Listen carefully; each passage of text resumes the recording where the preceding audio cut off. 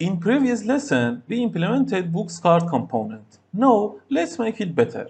In this component, we are mapping over the books array and we return a division for each item and we use it as a single book card.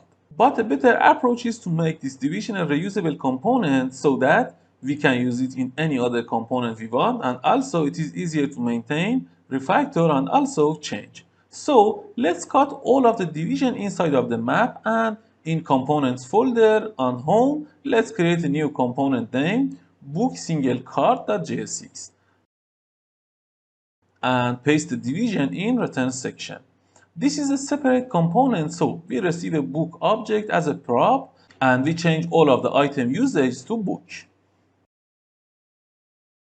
After that, we need to have the link and the icon, so let's copy all of them from books card and paste them here. No, this is a reusable component and it just needs a book prop. Let's go back to books card. Here, first I import the new component, then in map section I return the book single card component and I pass key of item dot underline id to it. And also I pass a book equals to item prop to it, and that's it.